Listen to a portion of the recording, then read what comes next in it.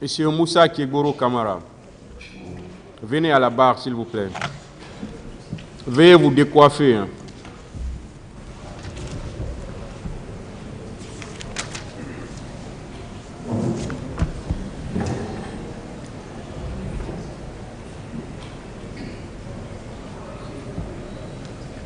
La défense a la parole pour les questions.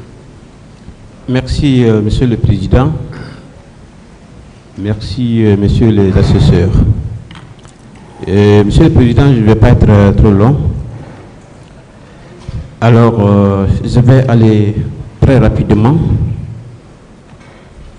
S'il vous plaît, excusez-moi. Est-ce qu'il y a des victimes dans la salle? Des témoins, du moins, excusez-moi. Des témoins. Monsieur colonel Kiegoro Kamara. Présent. Et juste des questions de précision.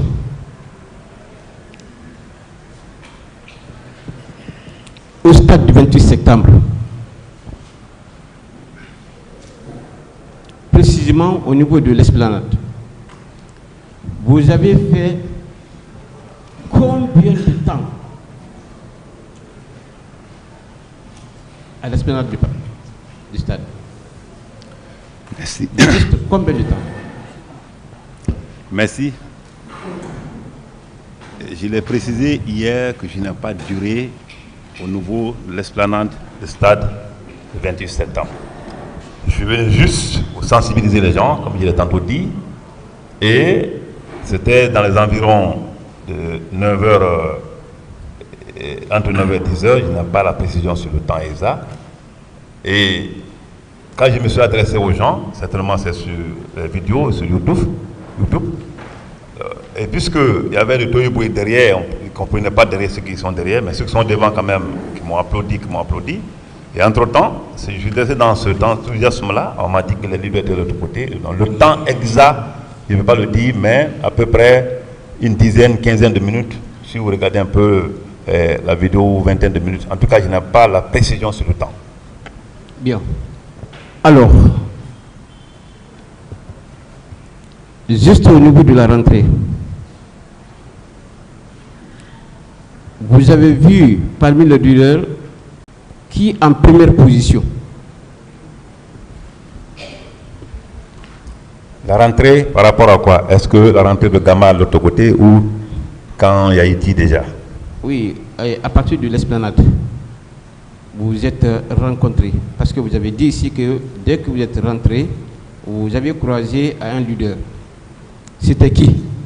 Oui, ça c'était quand je suis revenu, après, quand les tirs ont commencé, quand je suis revenu, le premier leader que j'ai rencontré, lui-même il a toujours dit, c'était le président Cellou Dalein Diallo. Bien.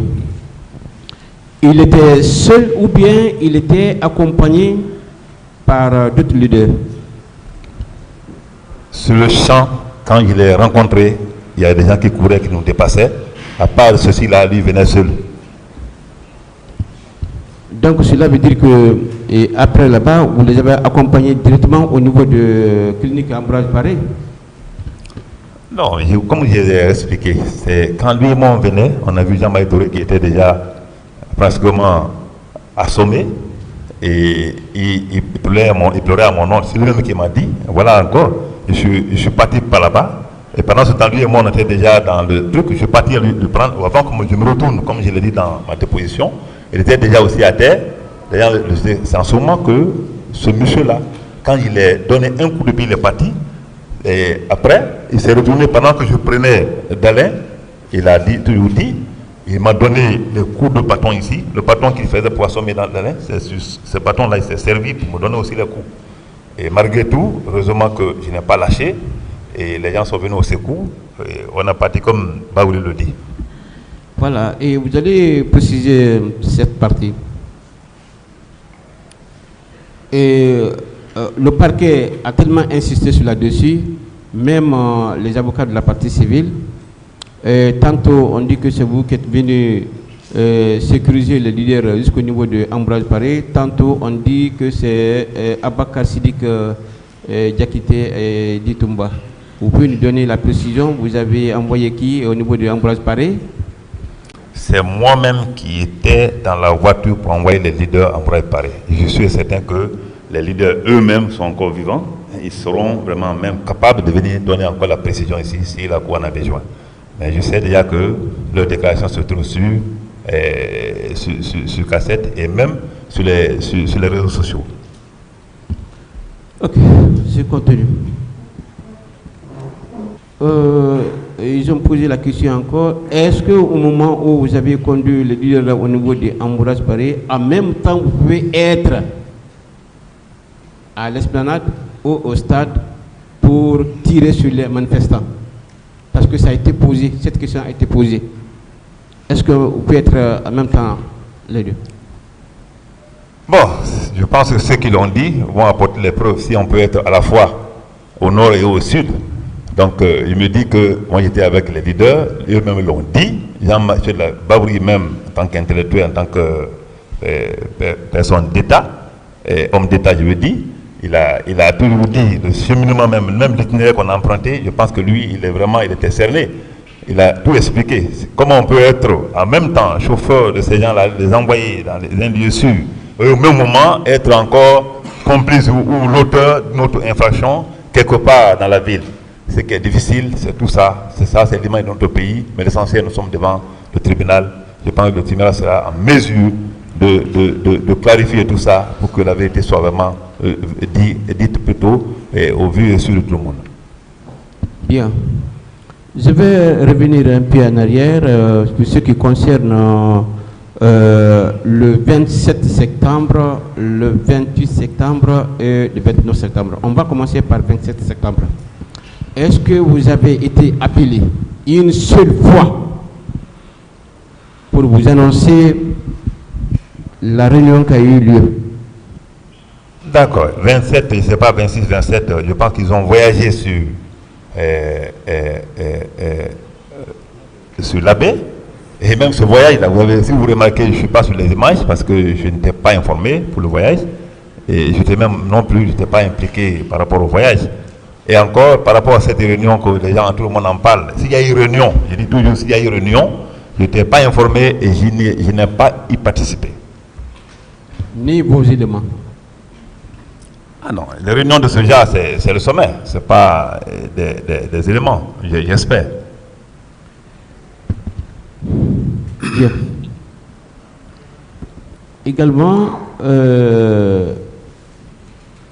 sur votre effectivité, c'est-à-dire le nombre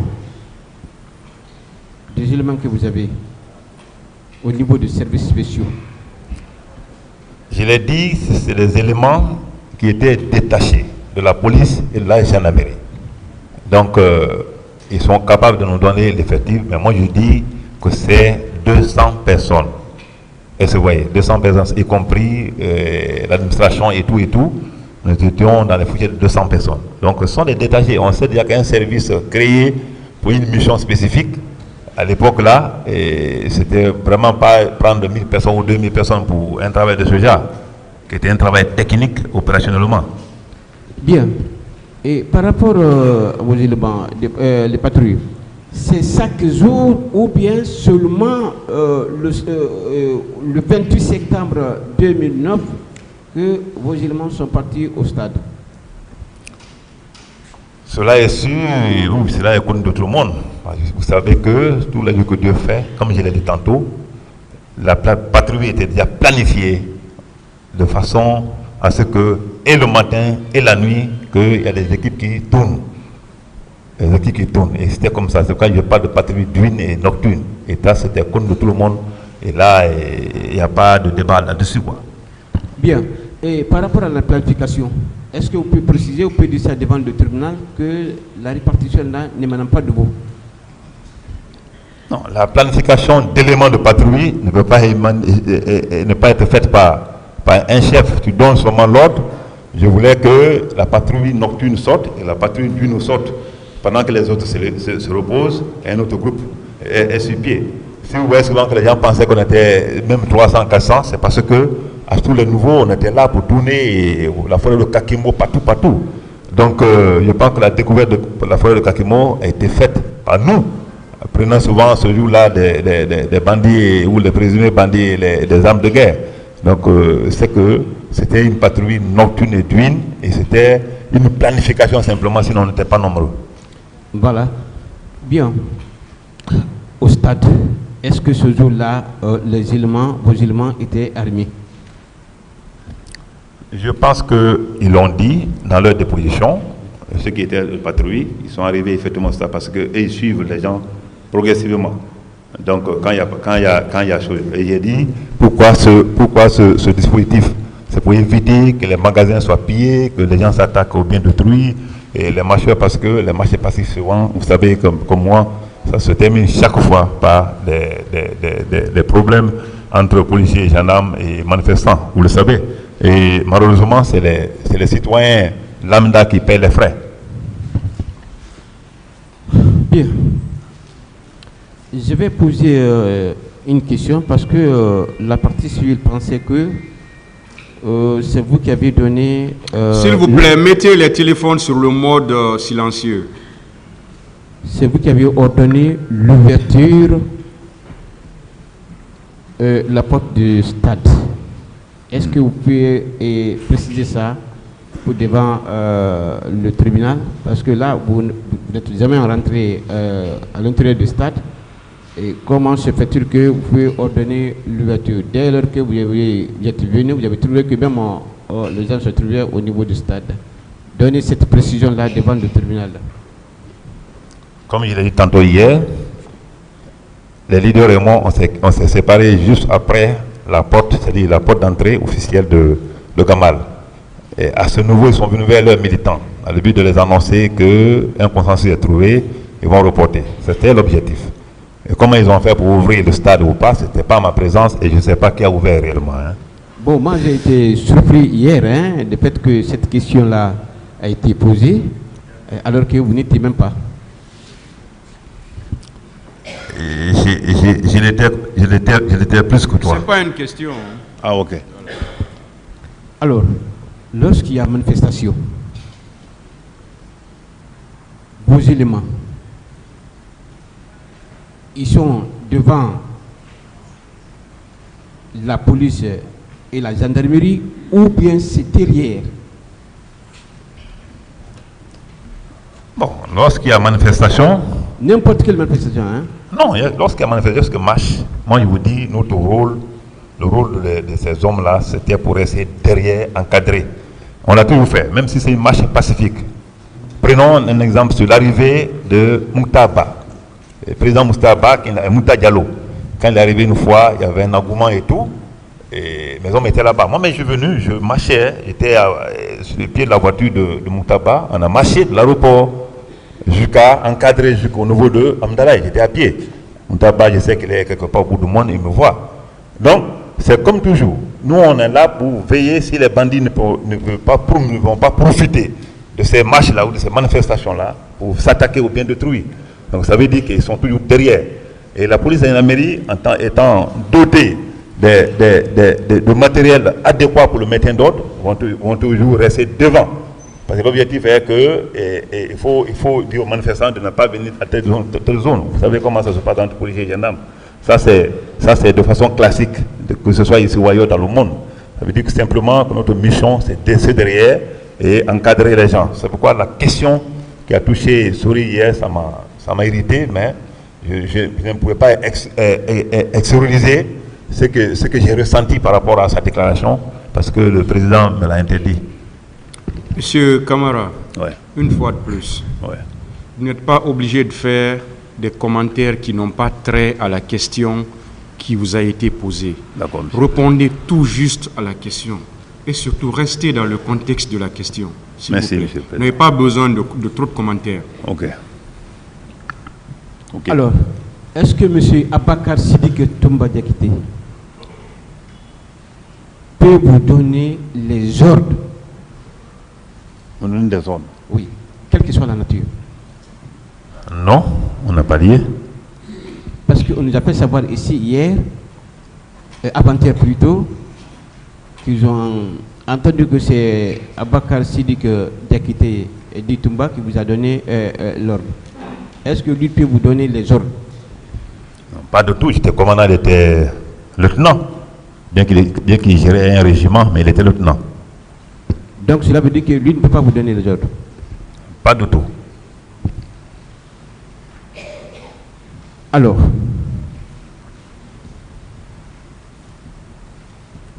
juste au niveau de l'esplanade du palais, au stade plutôt, quels sont les éléments de vos unités qui vous ont accompagné ce jour? Oui, mais maître, j'ai dit que ce jour, je partais pour me laver à la maison, prendre le bain et autres, et comme d'habitude. Donc, ces éléments ne m'ont pas accompagné parce qu'ils étaient dans leur mission de patrouille. Et ces patrouilles-là, c'est chaque jour, pas parce que seulement le jour du 28 septembre. Hein? J'ai dit que c'était tous les jours que Dieu faisait. Voilà. Juste le 28 septembre, je dis que vous avez braqué une arme. Oui. J'ai été 2 fois braqué. Vous avez compris ma question? Comment braquer des armes, non? Oui. Si, j'ai dit que j'ai été 2 fois braqué. Et je pense que les leaders l'ont dit quelque part dans leur déclaration. Si vos éléments étaient à côté ce jour-là, on aurait dû vous braquer? Ah non, pas possible.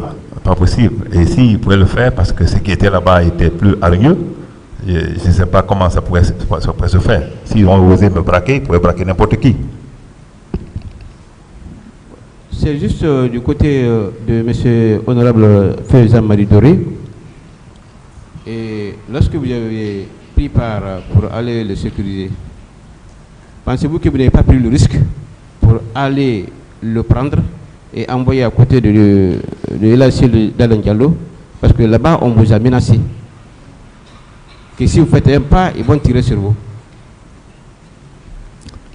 Oui, ça, je l'ai tantôt dit. C'est tout ça qui me revient maintenant aujourd'hui comme un souvenir malheureux. Parce que, après tous ces risques, voilà, c'est l'aboutissement. Du contraire, j'ai été menacé, mais malgré tout, il n'a pas lâché parce que c'était un devoir de le sauver.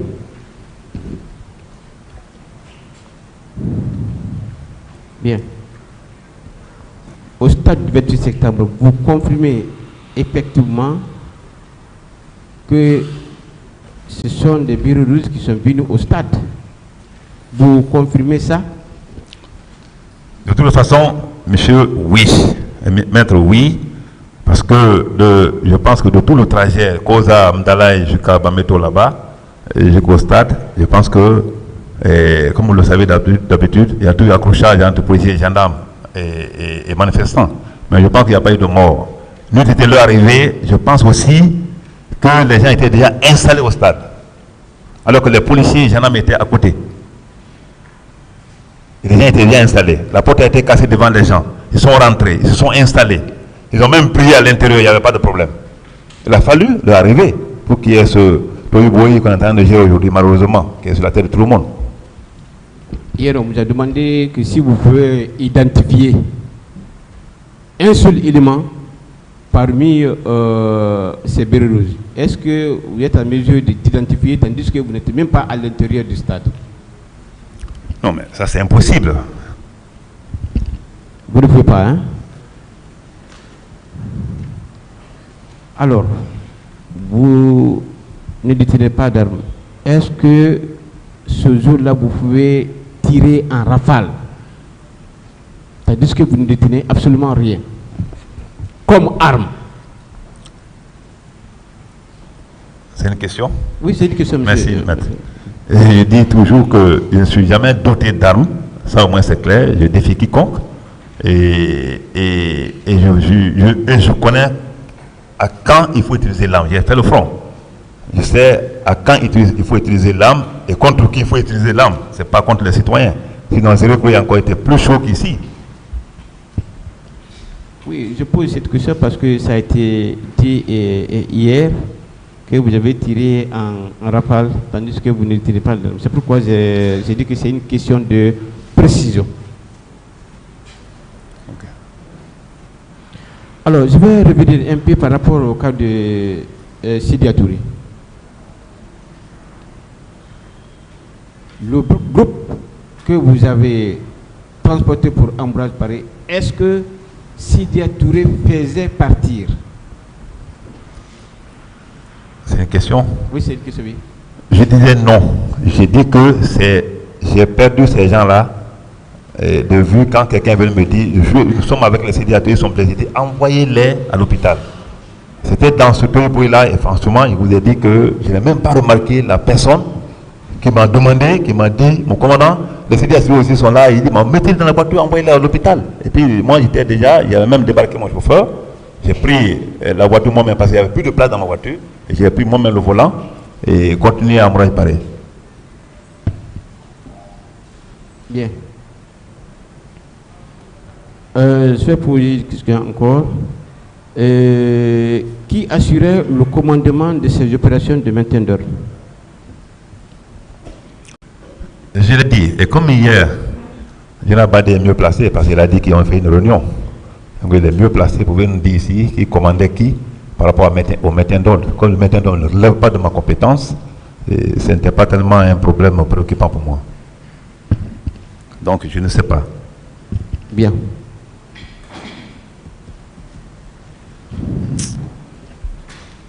Le parquet vous a posé une question. Qu'est-ce qui vous a motivé d'être à l'esplanade du peuple ce jour-là, le 28 septembre? Qu'est-ce qui vous a motivé? Le cœur qui m'a motivé, c'est ce cœur qui m'a amené ici. Motivation sociale et le rôle de soldat. Et je l'ai dit tantôt que quelle que soit l'issue de ce procès, je ne regrette pas d'avoir joué un rôle, d'avoir sauvé les gens.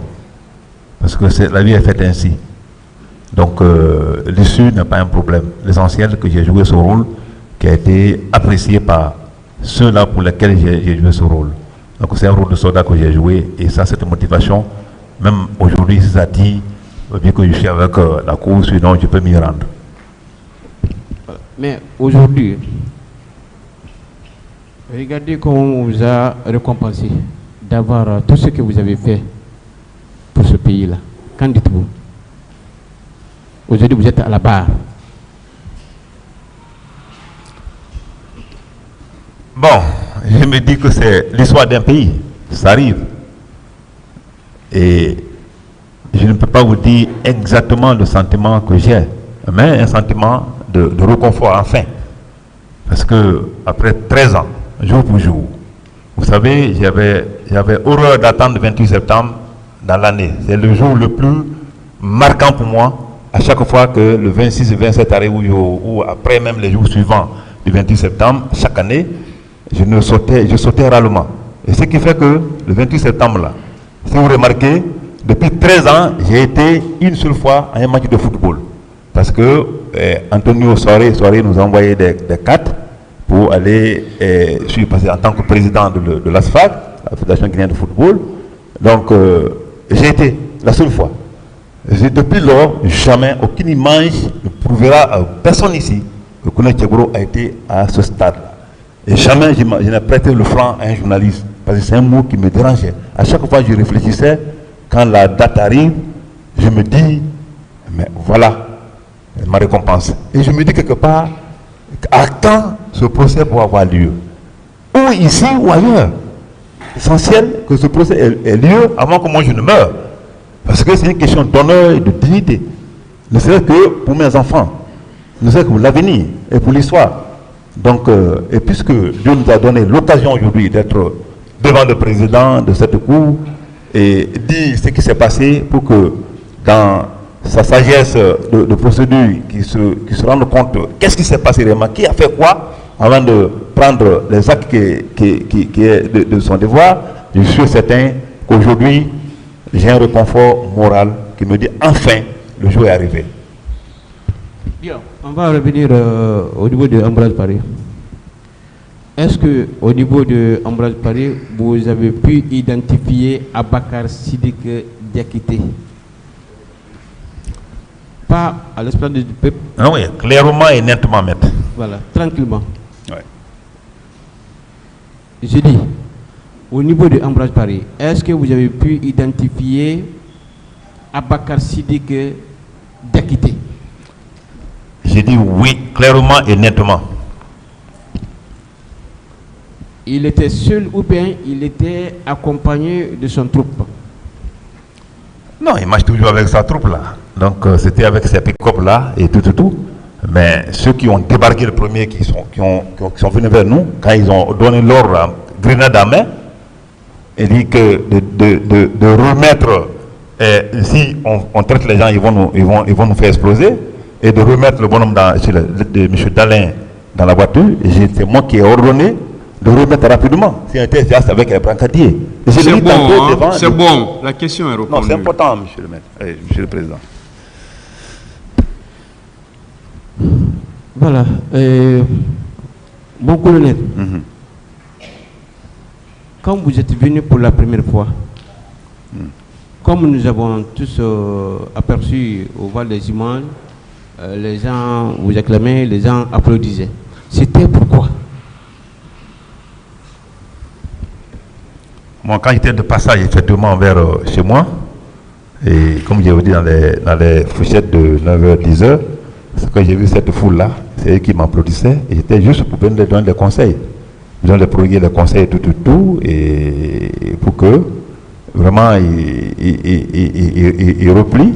Mais j'ai vu que ceux qui étaient devant étaient tellement responsables, ceux qui me servaient là, qui me faisaient comme ça, et qui me disaient, tu es le seul. Alors, ceux-ci-là ne pouvaient pas me comprendre. Jusqu'à ce que quelqu'un a lancé, comme je l'ai dit, un homme cafouillé qui a lancé une graine derrière. Et c'était pour les sensibiliser par rapport à la journée et faire en sorte que les gens ne se replient pour respecter, s'il faut dire, cette journée qui est une journée mémorable pour tous. Donc c'est à partir de là que vous êtes retourné à la maison? Non. À partir de là, on m'a informé que le leader était de l'autre côté. Et puisque ma voix ne portait pas trop, j'étais obligé de laisser ces gens-là, parce qu'ils ne pouvaient pas replier en réalité dans la logique des faits, sans l'instruction de leur leader. Je partais vers les leaders pour prodiguer les mêmes conseils. Je pense qu'avec eux, on s'est compris, car c'est des hommes d'État. Alors, pour terminer, vous confirmez que en tout cas, les éléments du service spécial, personne n'a tiré sur un manifestant quelconque. Je l'ai dit que je n'ai pas tiré sur un manifestant quelconque. Mais comme les éléments spéciaux ne sont pas dotés d'armes, oui, s'ils ont tiré, ça, je pense que celui qui conduisait. C'est une question de précision. Je précise. Je dis que je poserai des questions sur des questions bien précises. Oui. Et puis voilà. Donc, vous confirmez qu'ils n'ont jamais tiré sur un manifestant quelconque? Je ne peux pas l'infirmer et l'affirmer. Pourquoi? Je dis bien, moi, je n'ai pas tiré sur un manifestant. Et mieux que ça, la patrouille d'UIN, elle n'a pas doté d'armes. Et je pense que toutes ces questions ont été répondues par leur responsable de patrouille quand il a été appelé devant la cour, devant le cours de juge d'instruction. Mais en ce qui me concerne, je n'ai pas tiré sur quelqu'un. D'accord. Ça sera ma dernière question pour passer le micro à mon confrère. Bon, après ce procès, et pour le reste de votre carrière, est-ce que désormais vous allez opter toujours à assister les personnes à danger? Une question? Oui. Oui, mais je vous ai dit tantôt, depuis le début de ce procès, que je n'ai jamais eu un cas de conscience dans la vie. Aucun Guinéen ne peut prouver le contraire. Et ce qui concerne votre question, je pense que jusqu'à ce que je suis dans cette tenue, je vais toujours opter pour assister les personnes en danger. Parce que j'ai revêtu la tenue pour ça. Peu importe que ce soit reconnu ou pas, l'essentiel c'est de jouer ma partition, mon rôle de soldat. Et moi j'ai même dit qu'après ce procès, je vais me dire revoir l'armée, créer une ONG humanitaire. Merci, Monsieur le Président. Merci, Monsieur le Président. Honorable et respectueux membres du tribunal. Et mon colonel, Oui, maître. vous êtes à cette barre parce qu'on vous accuse de meurtre, d'assassinat, de complicité de meurtre et d'assassinat, d'enlèvement, séquestration, détention, de torture, de complicité de coups, blessures et violences volontaires, de complicité de vol à main armée, d'entrave à l'arrivée des secours et enfin de non-assistance à personne en danger.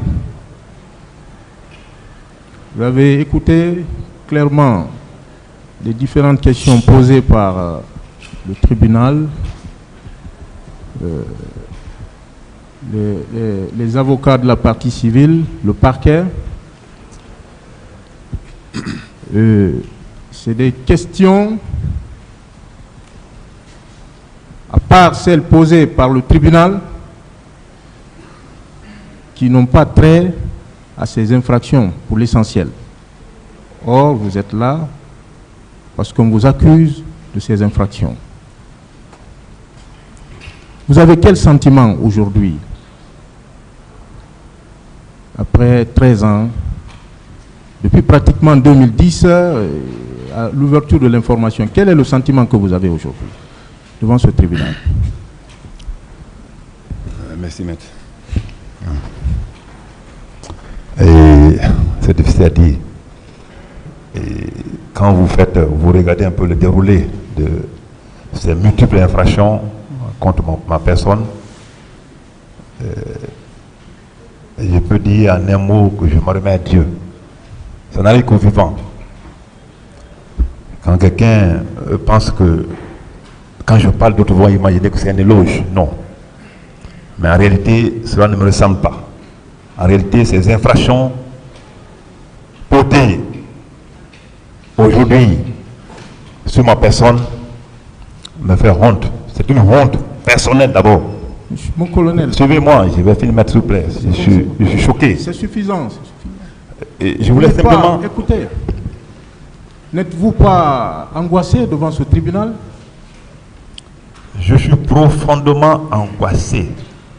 Et j'attendais ce moment ultime.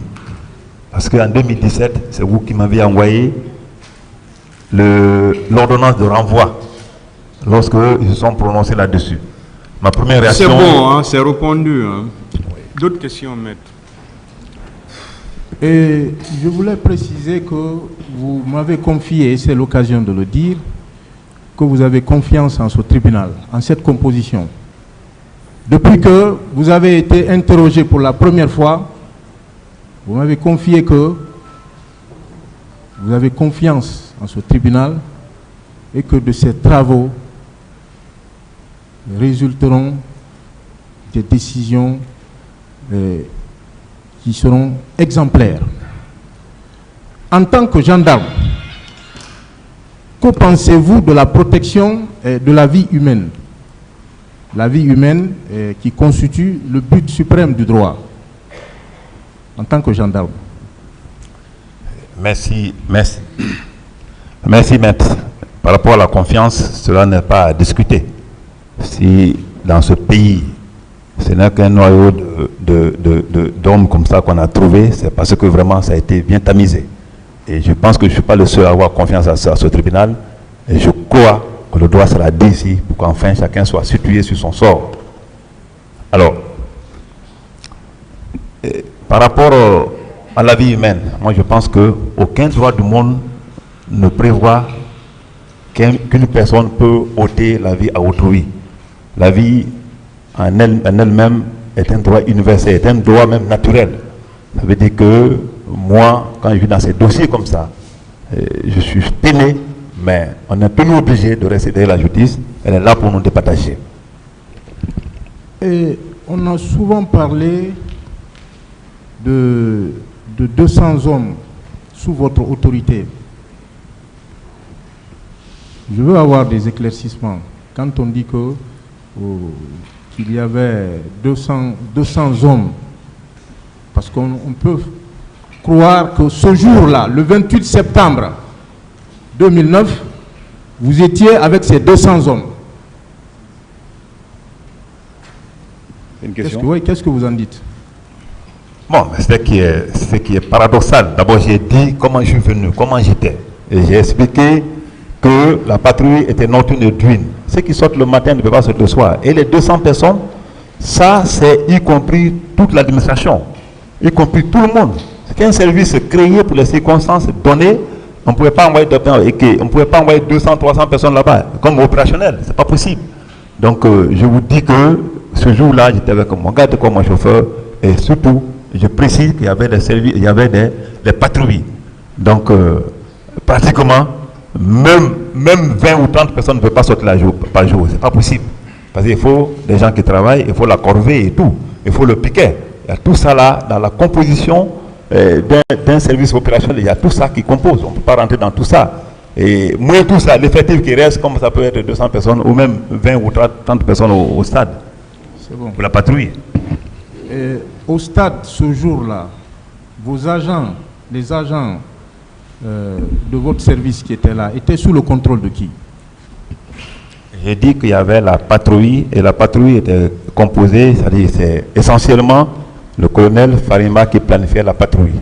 Donc il sait pertinemment c'était sous le contrôle de qui, et je pense qu'il en a déjà dit devant les juges, le cours de juge d'instruction.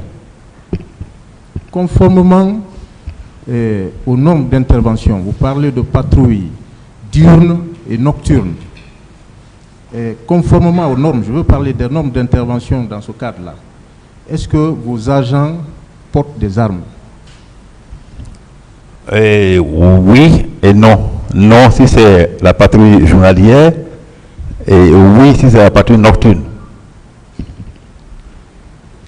Et qu'est-ce qui justifie, parce que la question est revenue plusieurs fois, qu'est-ce qui justifie, quelle est l'opportunité de l'intervention de vos agents lorsqu'il y a des manifestations? L'opportunité se situe ici lorsque les manifestations passent derrière eux, et ils viennent derrière, comme j'ai dit. C'est-à-dire que c'est le terrain déjà conquis par la manifestation et ils sont là-bas pour ne pas que les petits bandits s'attaquent aux biens d'autrui. Ça a été toujours le cas dans ce pays. Donc je pense en ce moment-là, d'autres Guinéens peuvent dire, grâce à vous, on a été sauvés tel jour. Donc puisque nous sommes là-bas, je sais que c'est précisément leur rôle, ça. Rester derrière, mais partout où ils passent, ils viennent derrière pour surveiller si quelques éléments ne vont pas s'attaquer aux biens d'autrui. C'est pour les empêcher.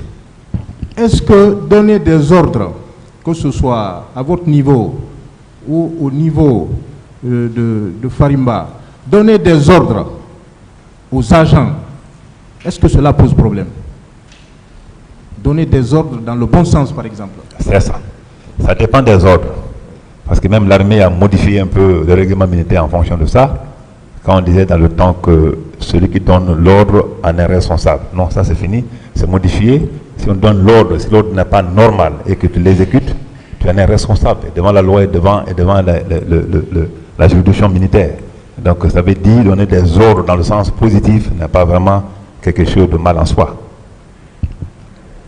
Et vos bureaux sont contigus au bureau du président. Expliquez s'il vous plaît cette phase-là. Non, mes bureaux ne sont pas contigus au bureau du président. Vous savez, le feu général Lassana Conté a construit des immeubles à l'intérieur du camp. Et ces immeubles-là sont compartimentés. C'est-à-dire qu'il y a deux niveaux. Il y a deux qui sont derrière, vers l'Imaya, dans le même camp, un camp de Faya, qui est un grand camp, vous le savez, c'est le plus grand camp du pays, parce que je peux dire.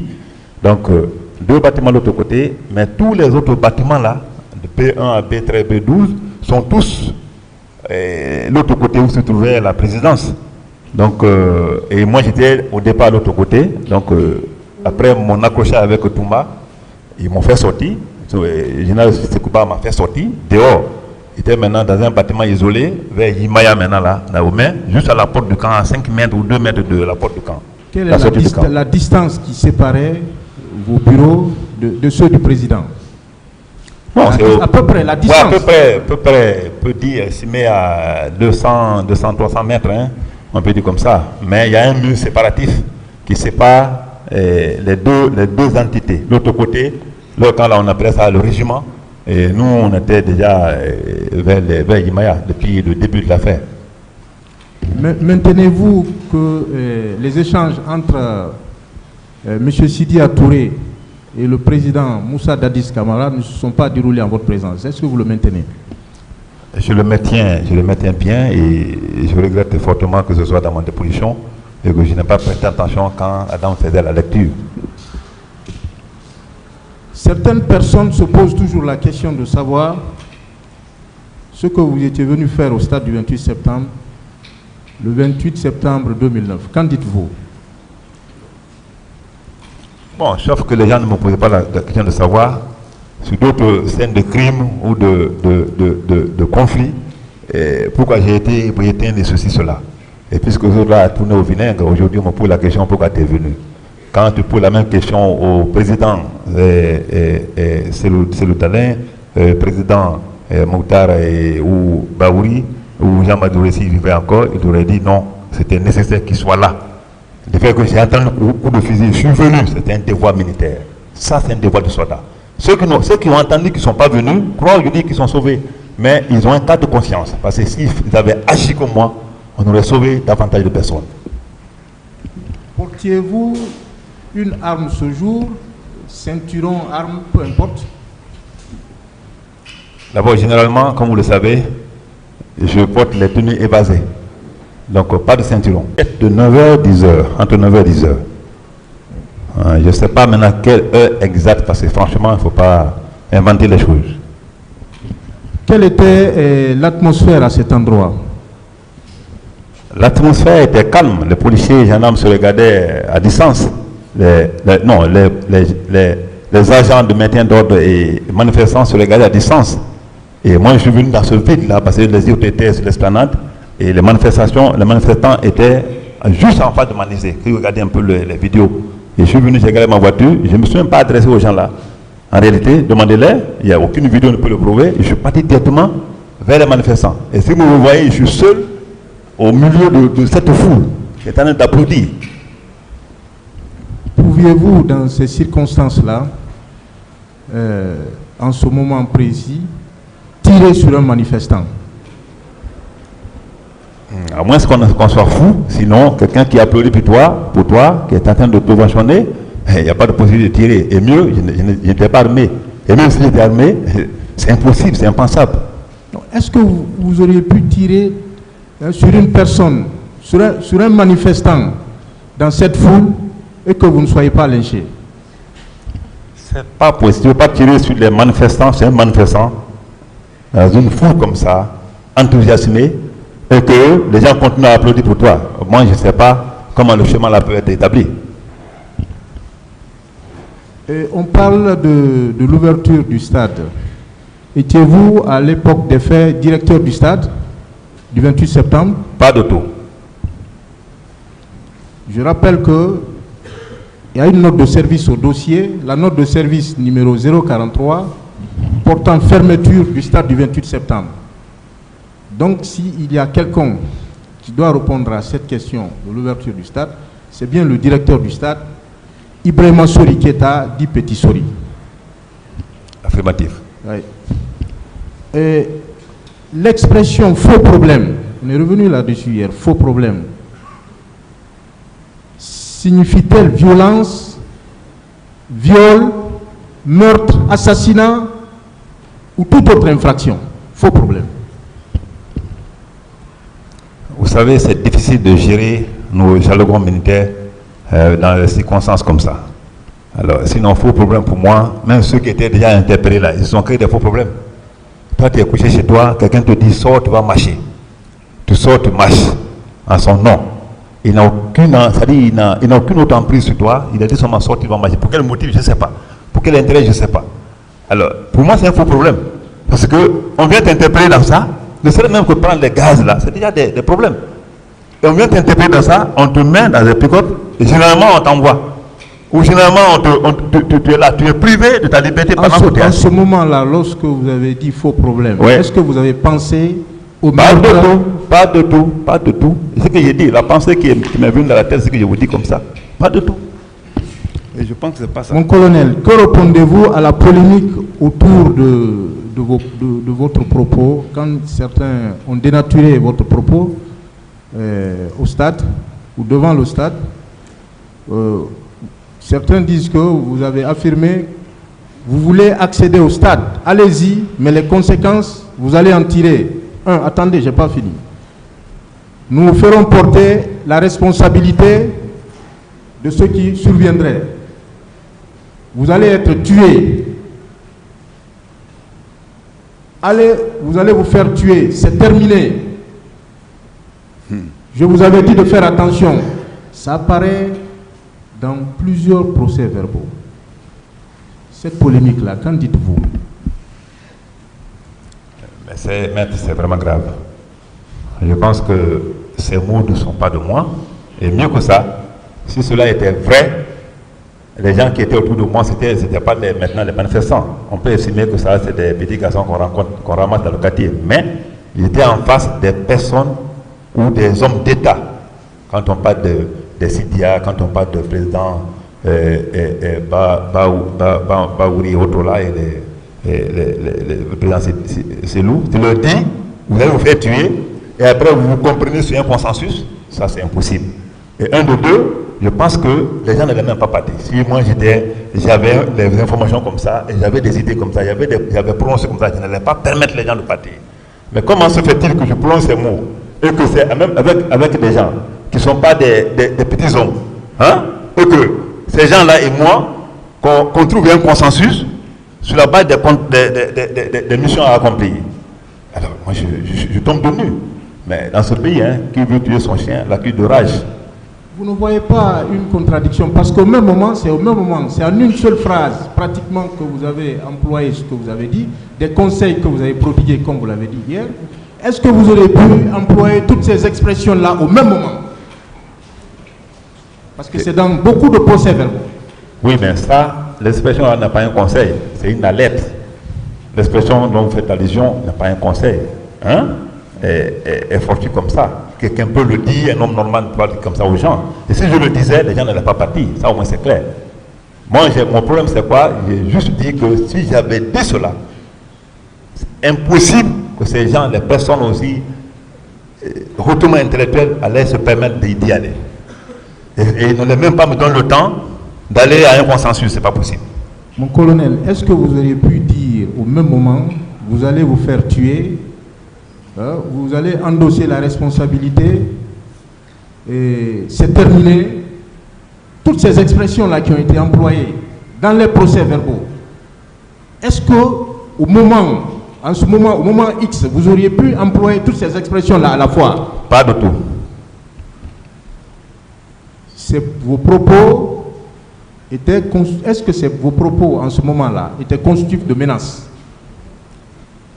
On s'est juste conseillé, en grand frère et jeune frère, je pense qu'il n'y avait aucun mot menaçant, selon moi. Est-ce que ces conseils signifient que, comme il est indiqué dans l'ordonnance de renvoi, que vous aviez connaissance que des exactions allaient être commises au stade du 28 septembre? Est-ce que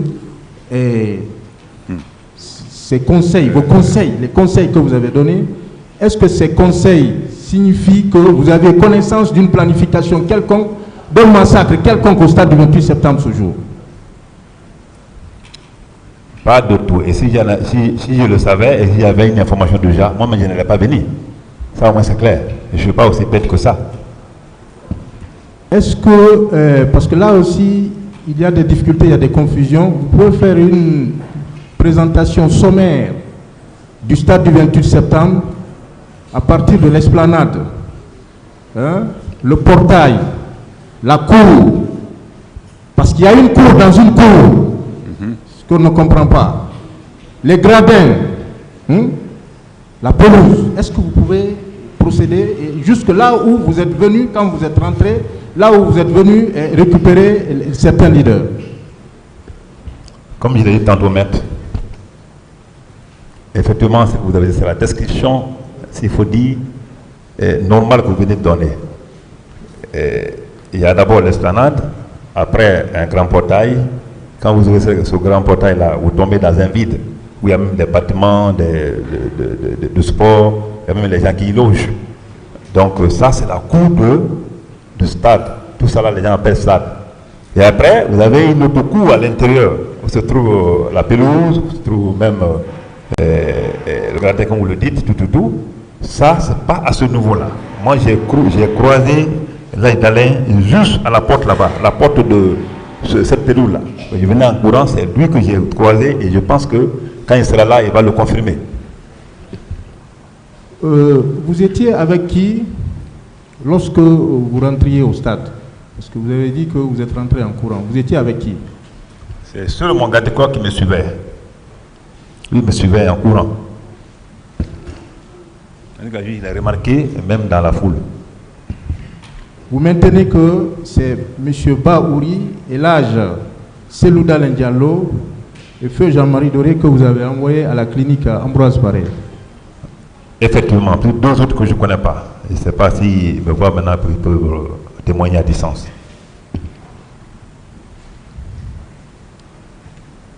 On vous accuse d'avoir entravé l'arrivée des secours au stade et refusé de porter assistance à des personnes en danger. Qu'en dites-vous? Je pense que comment simultanément on peut jouer ces deux rôles à la fois. Secourir et empêcher de secourir. Je pense que c'est deux choses diamétralement opposées. Secourir et en même temps empêcher de secourir. Vous avez demandé ceux-là qui étaient blessés, qui étaient dans ma voiture, qui étaient conscients, comme les Baouri, quand vous le demandez, et ils vous diront que quand on est sorti, le seul arrêt que j'ai eu à faire, c'était avec j'ai vu que c'est que les policiers qui venaient, je les ai dit que là-bas, c'est au stade, tout le monde était venu avec ses hommes, il y avait des problèmes. Et ceux qui sont blessés, je les envoie à l'hôpital. Et c'est vrai. Et ils ont continué à pied, ils étaient à pied, et moi j'ai défiqué vers l'hôpital, la clinique Ambroise Paré. On vous accuse également d'avoir donné des instructions à certaines personnes, notamment à vos agents. Est-ce qu'à un moment donné quelconque, un seul agent a été présenté et qui a reconnu avoir reçu de telles instructions de vous? Bon, je pense qu'après 13 ans d'enquête et qu'aucun agent n'a été identifié par rapport à ce passage, je me dis que jusqu'à preuve du contraire, je n'ai donné aucun ordre à qui que ce soit ou quoi que ce soit ce jour-là dans ce rôle que je jouais, quoi.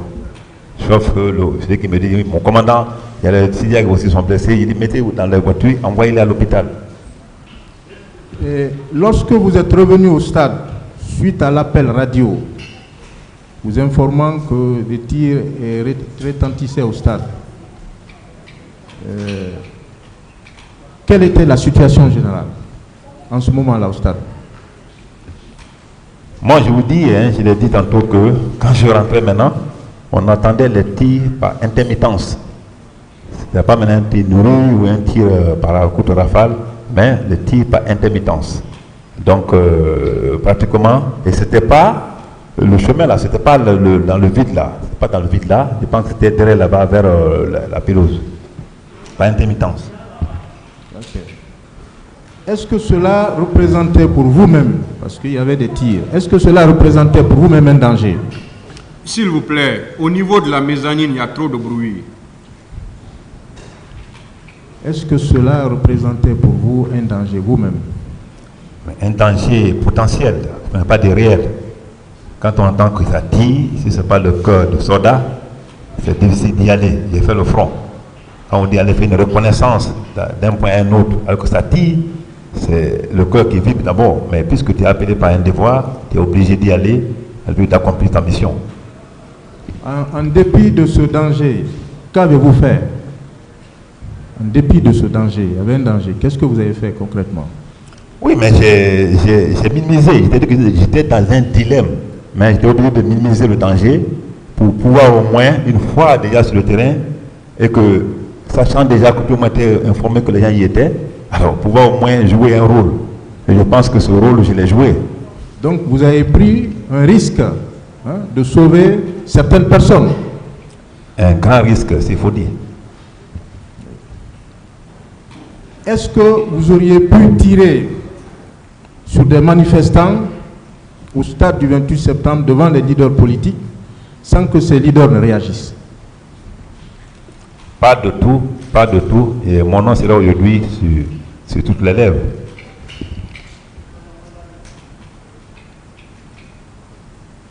Vous dites que vous n'avez pas donné d'instruction à qui que ce soit. Et que dites-vous alors des enlèvements? Parce qu'on parle, on parle des jours qui ont suivi les événements du 28 septembre. Et que dites-vous des enlèvements, des détentions et séquestrations et traitements cruels dans les différents camps, notamment au camp Koundara et au camp Alpha? Donc, c'est que je dis que en listant ces différentes infractions à mon égard, ça me fait tomber dans un sentiment, pas de regret, mais je me dis quelque part que c'est très difficile de servir. Mais il faut servir. Sinon, c'est difficile à concevoir tout ça. C'est que toutes ces infractions que vous venez d'énumérer, j'étais en charge de lutter contre ça. Et j'ai arrêté pas mal de personnes dans ces liens-là et le travail devant les tribunaux sur l'enlèvement, séquestration. Quand je prends la petite Bangoura et la petite Badé, où il a fait 2 jours de recherche et le retrouver vers son fournier là-bas, et tout le monde a vu ça à la radio, à la télévision à l'époque. Et quand je pense à tout ça aujourd'hui, les tueries de Kamsa, de Fria et autres là où on a arrêté les éléments, quand je pense à tout ça aujourd'hui... Monsieur Camara, une fois de plus, s'il vous plaît, mais c'est une question pas de s'il vous plaît, vous me suivez. Pas de commentaires qui n'ont pas trait à la question. Répondez, s'il vous plaît, répondez juste à la question. Mon colonel, aviez-vous connaissance, ce jour-là, de la commission des infractions que je viens d'énumérer au niveau de... Est-ce que vous avez eu connaissance de la commission de ces infractions? Pas du tout, et puis c'est ce qui fait l'objet de démonstration. Sinon, je sais que je ne suis pas un homme de ce genre. Avez-vous donné des instructions à l'effet de tirer sur des manifestants? Pas du tout. Que dites-vous de la fourniture d'instructions relativement à la commission des coups et blessures, tel que indiqué dans l'ordonnance de renvoi? Bon, c'est pourquoi j'avais demandé à ce qu'on me confonde à ces gens-là au moment de l'instruction, car cela ne vient pas de moi et je n'ai aucune connaissance. Pardon?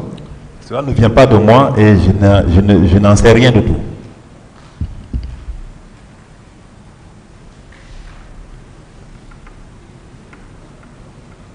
Mon colonel, une dernière question, peut-être, parce que vous avez compris que, en réalité, si les preuves ne viennent pas du parquet, c'est très difficile, voilà, de pouvoir évoluer normalement dans ces conditions. Et lorsqu'on parle de votre arrivée au stade du 28 septembre, vous avez dit que vous avez reconnu, vous avez vu Toumba, M. Aboubakar Sidiki. Est-ce que vous l'avez reconnu? Est-ce que c'était effectivement lui? Exactement, et avec toute la netteté. Il y a eu une discussion hier autour de l'interrogatoire de feu Mamadou Camara, le général de corps d'armée, il a été indiqué que dans un premier temps, comme il a indiqué dans son interrogatoire, lorsqu'ils sont arrivés au camp, là, nous avons été introduits dans la chambre du président où nous avons trouvé Moussa Tcheboro Kamara et Aboubakar Diakité Ditumba. C'était le matin. Hein? C'était le matin. Et dans le même procès verbal, il est indiqué que vous étiez au camp Samori, au même moment, le matin. Qu'en dites-vous? Alors, c'est compliqué. Je me demande que, franchement, c'est grave. C'est comme si un général, et malheureusement, il est mort. Parce que tout ce que je vais dire aujourd'hui ici, sur le général Toto, ça sera immoral. Mais ce qui est sûr, c'est lui qui l'a dit, et aujourd'hui, il est en face de Dieu. Comment on peut être à la fois au camp de Faya et au même moment au camp Samori? Deux, le président Dadis est là, il sait de son commandement jusqu'à ce qu'il a quitté, il ne m'a jamais reçu avec Touma. Touma et moi, c'était pas aussi quelque chose de facile. Hein? Donc, parce que moi, je suis procédurier et lui, c'est un commando, c'est pas facile. Donc, on n'a été jamais reçu, pour pas que ce soit, par le capitaine Dadis, président d'alors, hein, avec Touma. Moi et Touma, non, pas possible. Touma et moi, jamais reçu ensemble. Je vous remercie, M. le Président. La défense toujours, s'il y a des questions.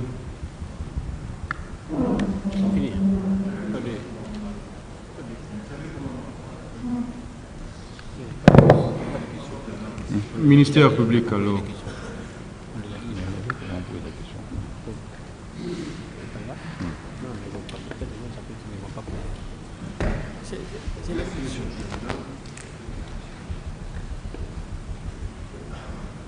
Honorable assesseur, M. Kamara, je voudrais revenir sur certaines questions qui m'avaient sauté à l'esprit la fois dernière.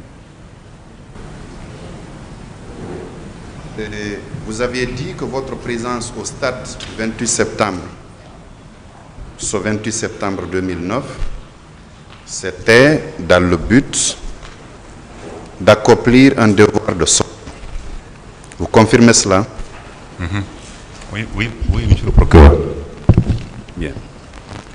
Ensuite, lors de vos explications, vous avez dit, entre autres, que c'était pour encadrer la manifestation. Vous le confirmez aussi? Encadrer? Non, ça c'est pas moi. Je disais bien sûr que, vous voulez que je vous explique? Allez-y. Ok, j'ai dit que les hommes, quand il y a manifestation, la patrouille là, quand la manifestation, ils restent derrière, comme c'était des grands banditismes, pour encadrer derrière, pour ne pas que les bandits passent outre mesure, profitant de ces manifestations pour s'occuper ou s'accaparer des biens d'autrui. Pas moi-même. Vos hommes? Mes hommes, quand il y a manifestation, ils sont derrière toujours. D'accord. Lors des manifestations et de toutes ces réunions publiques là, il y a un schéma classique qui voudrait qu'il y ait dans un premier temps des ordres initiaux qui sont donnés par l'autorité civile ou militaire selon les cas et des ordres opérationnels qui consistent à planifier les hommes. Les vôtres appartiennent à quelle catégorie? Bon, quand tu parles des ordres initiaux ou des ordres opérationnels, ça c'est par rapport à la manifestation proprement dite. Mais ce que moi je faisais nuit et jour et tous les jours, comme tout le monde le savait à l'époque, c'était pour protéger les personnes et leurs biens. Et quand il y a manifestation, et tu donnes des instructions, vous restez derrière. Quand vous restez derrière, si les gens cherchent à profiter pour s'encaparer ou s'attaquer à la boutique des gens, il faut intervenir. D'accord. Sauf que pour cette manifestation du 28 septembre-là, le maintien d'ordre était confié à 2 corps, la police et la gendarmerie. Vous avez dit ici publiquement que votre service était détaché de ce corps de gendarmerie-là parce que vous étiez à l'époque secrétaire d'État chargé de la lutte contre le banditisme, le crime organisé et les services spéciaux, n'est-ce pas?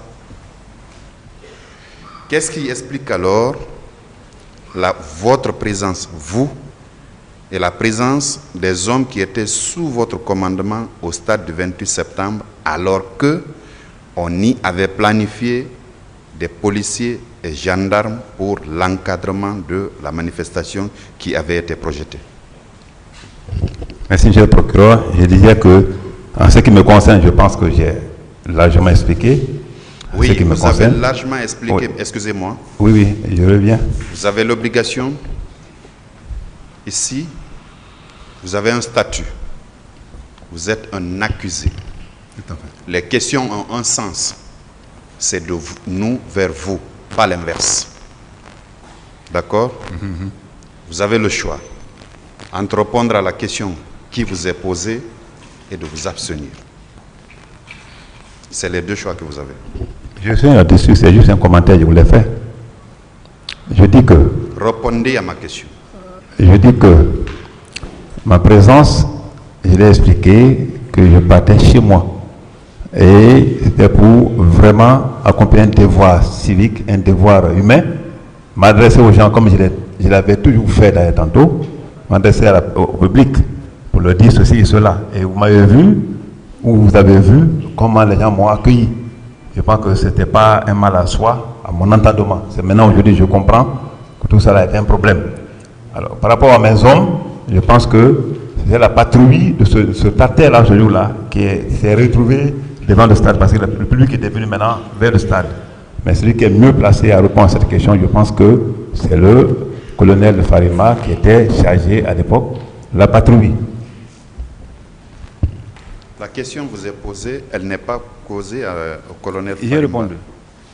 C'est à vous que moi je pose des questions parce que c'est vous qui êtes renvoyé devant la juridiction du jugement.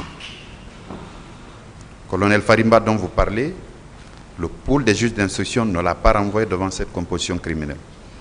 Donc, les questions que je vous pose, je veux des réponses venant de vous. Si vous n'entendez pas donner une réponse, ce sera votre droit le plus absolu. Je n'insisterai pas outre mesure. Il suffira juste pour vous de dire à ce tribunal que vous n'entendez pas donner une réponse à la question que je vous pose. Mais ne me renvoyez pas à quelqu'un d'autre qui a été reçu par le pôle des juges d'instruction.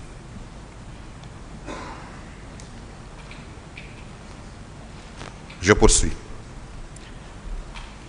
Donc, parmi les ordres opérationnels qui avaient été donnés, vos hommes ne figuraient pas là, n'est-ce pas? Ni vous, ni vos hommes ne faisaient partie du plan opérationnel qui avait été élaboré pour l'encadrement de la manifestation.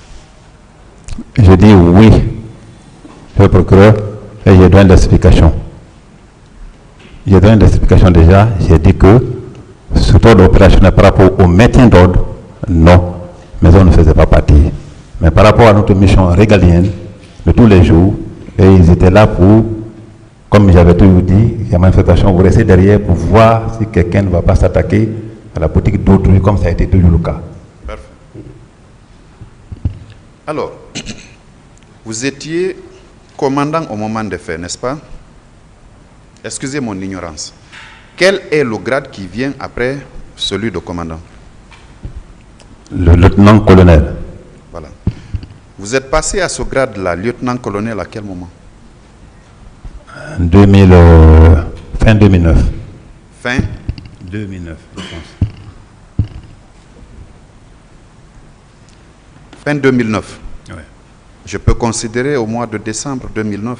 Je ne me rappelle pas, mais généralement c'est en novembre que le militaire passe en grade. D'accord. Donc ça peut être vers novembre, comme ça.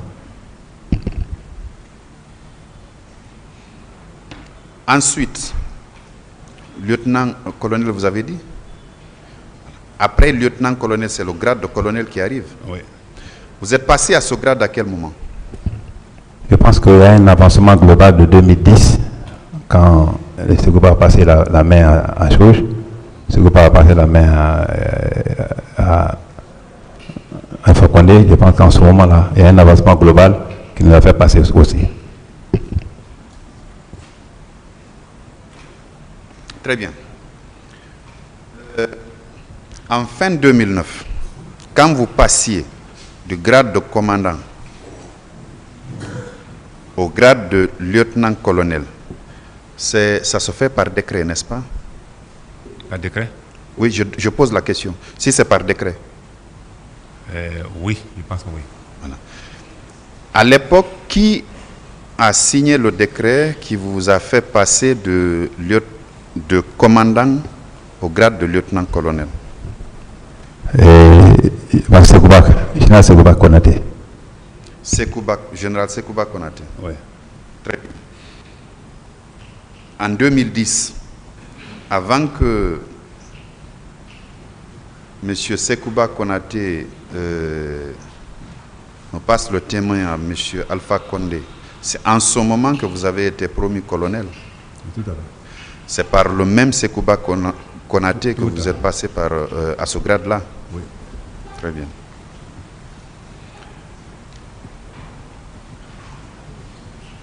Alors, est-ce que vous confirmez que c'est vous qui avez extirpé M. Sidia Touré des griffes de ceux-là qui le ruaient de coups? Je n'ai pas compris. Je demande si vous confirmez que c'est bien vous qui avez tiré M. Sidia Touré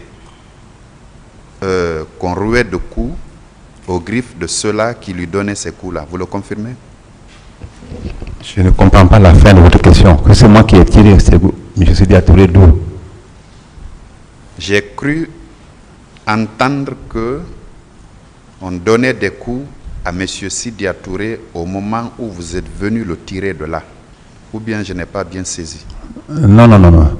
C'est Jean-Marie Doré. Très bien. Donc vous confirmez quand même que c'est vous qui avez tiré M. Jean-Marie Doré des griffes de ceux-là qui voulaient vraiment en découdre avec lui? Oui, lui-même l'a dit toujours, et c'est vrai. Voilà. Alors, non loin de là, se trouvait M. Sidia Touré dans une position très inconfortable aussi, qui a indiqué lors de son audition qu'il a vu des militaires, si mes souvenirs sont bons, violer une femme. Il s'est même écrié: est-ce possible? Qu'est-ce que vous faites? Vous n'aviez pas vu la scène là, vous? Je n'avais pas vu Sidia Touré. Je n'avais pas vu Sidia Touré au stade. En réalité, j'ai dit que l'esplanade. Non, l'esplanade. C'est à l'esplanade que vous avez tiré M. Jean-Marie Doré, non? C'est pas. Pas à l'esplanade, c'est à l'intérieur, c'est-à-dire c'est bien à l'intérieur. Dans la grande cour. D'accord. Quand je sortais j'étais avec juste à 5 mètres de la porte. Oui. Et l'autre là était de l'autre côté. Oui. Quand vous faites face à votre droite, c'est pas à l'esplanade. À l'esplanade, monsieur le procureur, je ne me suis pas arrêté. Et vous pouvez demander ceux qui sont encore vivants qui étaient dans ma voiture. À part de M. Selouda Lendialo, Jean-Marie Doré, vous n'avez vu aucun blessé? À part de ceux que vous avez transportés dans votre voiture pour la clinique Ambroise Paré, vous n'avez vu aucun blessé? Aucun blessé, je le repris aussi. Je n'ai vu aucun blessé à part ceci. Mais j'ai entendu que le Sidi a été blessé, quelqu'un me l'a dit, vers la porte de Chouj, et j'ai dit, embarquez-les, vous envoyez à l'hôpital, s'il vous plaît. Il me l'a dit dans les fruits, il les mettait dans votre voiture, envoyez à l'hôpital. Et j'ai dit que je partais à Ambroise Paré, moi. Vous n'avez pas aussi vu des femmes en détresse qui cherchaient à se sauver, qui couraient dans tous les sens pour échapper à ceux qui voulaient soit les violer, soit administrer des coups? Vous n'avez pas vu des scènes de ce genre, des femmes qui couraient à tous sens? Monsieur le procureur, non. Excusez-moi, je n'ai pas fini. Qui étaient à moitié nus, d'autres nus complètement, parce que les images sont encore vivantes, c'est sur YouTube. Vous aimez beaucoup rappeler que quand vous êtes arrivé, il y a eu une scène de liesse suite à votre arrivée. Vous dites souvent de visionner YouTube, que c'est là-bas. Donc ces images-là aussi sont sur YouTube. Des femmes qui couraient à tous sens. Les unes à moitié nues, les autres complètement nues, ou les habits en lambeaux. Vous n'avez pas vu ça? C'est horrible, je n'ai jamais vu, sinon je l'aurais vraiment ramassé ces femmes-là, parce que les femmes sont très chères. Pourtant, les scènes se sont passées tant à l'intérieur du stade qu'à l'esplanade. Vous avez pris les uns, enfin, vous avez pris ces leaders-là à l'intérieur du stade, vous avez dit, n'est-ce pas? Vous avez fait le tour, vous êtes venu traverser toute l'esplanade pour les envoyer à la clinique Ambroise Paré. Vous n'avez pas vu cette scène? Monsieur le procureur, je pense que j'ai été clair. Si je voyais ces femmes-là, je jure sur mon serment d'officier et j'aurais arrêté ma voiture, m'occuper de ces femmes-là. À quelle heure approximative vous avez quitté le stade? Quelle heure approximative? Bon, 10 heures, comme je l'ai dit 9 hier heures, tantôt, 11 heures, 15 heures. oui, comme je l'ai dit hier tantôt, franchement, je n'ai pas chronométré, mais c'était dans l'après-midi. Et je n'ai pas pris de temps, malheureusement, au stade. Quand j'ai vu Dalin, je me suis automatiquement. Dans l'après-midi? Dans l'après-midi, mais je ne peux pas dire exactement l'heure, car il ne faut pas mentir. Pourtant, les scènes dont on décrit ont eu lieu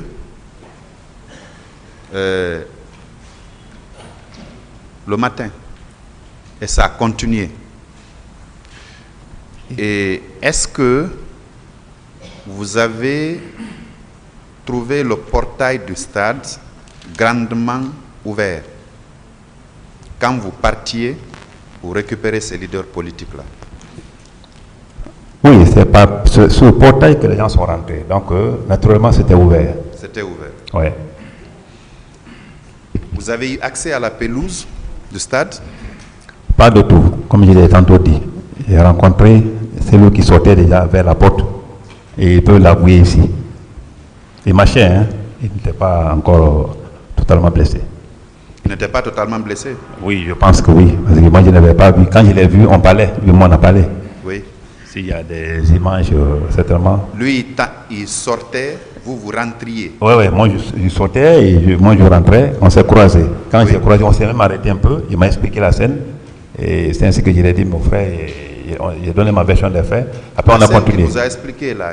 Oui, il m'a dit. Qu'est-ce que vous avez dit en Oui, il m'a dit, jeune frère, voici comment les Douva là nous ont fait. Il dit, mais vous avez dit que l'armée là n'a pas sous contrôle. Et c'est vrai, ça c'était un mot qu'on s'est dit là-bas, lui et moi. Après, c'est instantanément, hein, on s'est dit, on y va. Et les autres, il dit, d'autres sont sortis. Il m'a dit, d'autres sont sortis. Et entre-temps, nous sommes là, on regarde. À côté, Jean-Marie Doré, c'est la seule scène que j'ai assistée et j'étais obligé. C'est lui-même qui m'a dit, voilà. J'ai dit, bon, attendez-moi, ne bougez pas. Je suis parti pour récupérer Jean-Marie Doré. Mais à quelques mètres, le bonhomme m'a braqué l'arme. Si je fais un pas, il va me tirer. Mais mon garde de corps s'est interposé, comme Jean-Marie l'a dit. Et puis, automatiquement, j'ai pris Jean-Marie Doré. Avant mon retour encore, comme il y avait ce deux là, lui aussi, il était déjà en accroché avec d'autres groupes. Il peut le témoigner aussi. D'accord. De la conversation, la brève conversation que vous avez eue avec M. Selou Dalen Diallo, il ne vous a pas dit que à l'intérieur du stade, qu'il y avait des morts, qu'il y avait des blessés, qu'il y avait des femmes. Lui et moi, c'est le seul mot qu'on s'est échangé. Il peut là, c'est un monsieur, c'est un Walid, il peut, quand il vient, le jour qu'il viendra, il va vous l'avouer. Il ne m'a jamais dit cela. Jamais. Je sais qu'il me regarde quelque part pour le monde. D'accord. Et M. Jean-Marie Doré, quand vous l'avez tiré des griffes de ces gens-là, vous avez eu une conversation avec lui? Non, lui, il était déjà blessé. Hein. Il ne parlait pas. Il était vraiment blessé. Ah, il était blessé. Il se tordait de douleur, façon là et tout. Il était blessé. Aucun des leaders que vous avez sauvés ne vous a dit qu'il y avait des vies en danger à l'intérieur du stade, à l'esplanade du stade. Personne ne vous a dit qu'il y avait des personnes qui étaient mortes par balle ou des femmes qui étaient violées. Personne ne vous l'a dit. Pratiquement, de là-bas jusqu'à ce que j'ai les déployés à l'hôpital, ils sont tous encore vivants. Heureusement, c'est un qui est aujourd'hui de l'autre côté, dans le pays de Songe. Mais personne ne me l'a dit là-bas, sur ce trajet-là, que mon commandant, il y a des blessés là-bas ou il y a des morts. Non, pratiquement non. Je pense que Baouri, il y a Conakry et tant d'autres, ils peuvent vraiment vous le dire ici. D'accord. À part Vous avez été nommé au poste de secrétaire d'État par un décret, n'est-ce pas? Je n'ai pas compris. Vous avez été nommé secrétaire d'État par décret du président d'alors? Tout à fait. C'est le seul décret que vous avez, que M. Moussa Dadis Camara a signé vous concernant? Il n'a jamais signé un décret pour vous faire passer d'un grade à un autre? Oui, j'étais d'abord secrétaire d'État. Après, à l'arrivée de Wade ici, le président Wade ici, donc ils ont parlé de la lutte contre la drogue et tout, l'engagement à l'époque de la communauté internationale, qui était une obligation. Et il a dit le jeune qui lutte contre la drogue, là, il est lourd. On m'a présenté, c'était à la villa Sili, on l'appelle comme ça, et il a décidé de me donner un grade spécial. C'est en ce moment, si j'étais capitaine comme eux, c'est en ce moment que le grade de commandant est venu. Ça, c'est en quelle année? On est en 2009. Au début, là, quand l'autre est venu, quand Wade est venu, quoi. Ça, c'est avant septembre? Non, loin avant septembre. Avant septembre, oui. D'accord. Donc, quand le président Lansana Conté est décédé et que le CNDD s'empare du pouvoir, vous étiez, votre grade était? J'étais lieutenant. Lieutenant. D'accord. En fin 2009, ce n'est pas M. Moussa Dadis Camara qui vous a fait passer du grade de lieutenant-colonel, de commandant à lieutenant-colonel, hein? Non, j'ai dit que c'était Sekouba Konaté, général. D'accord. Alors,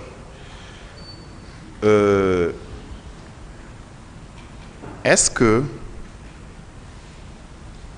vous n'avez pas eu connaissance de la présence de camions militaires qui étaient stationnés au camp Samori Touré, dans lesquels on retrouvait des corps sans vie? Vous n'aviez pas reçu cette information-là? Pas de tout, Monsieur le Président, pas de tout. Procureur. Je suis procureur, le président est en face de vous. Monsieur le procureur, s'il vous plaît.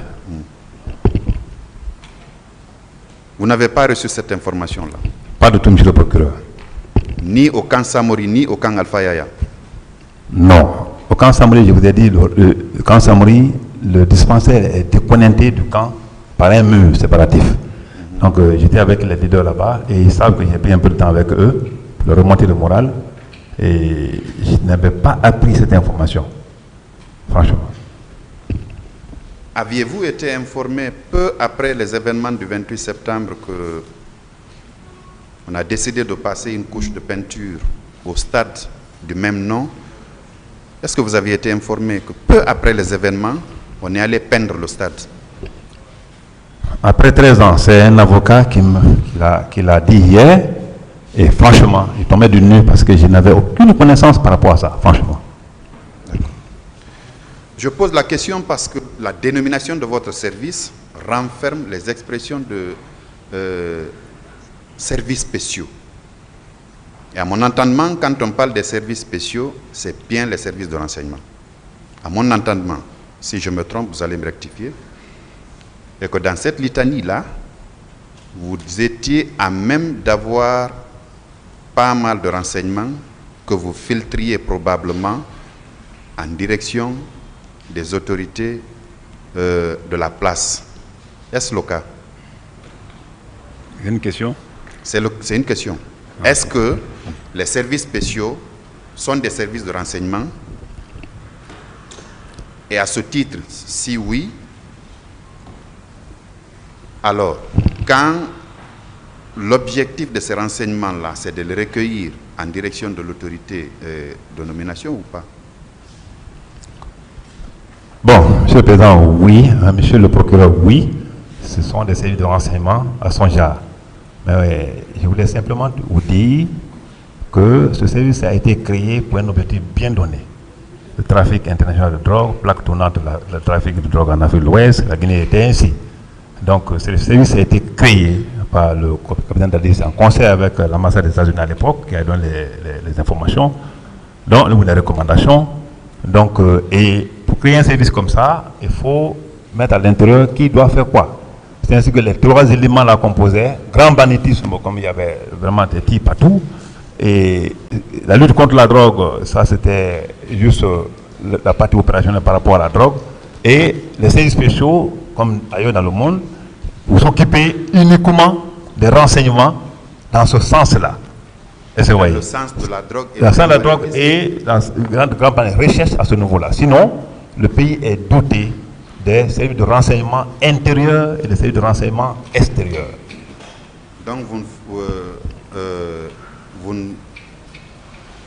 la dénomination de votre service ne concernait pas les renseignements généraux? Ne couvre pas les renseignements généraux et encore moins les renseignements extérieurs ou intérieurs.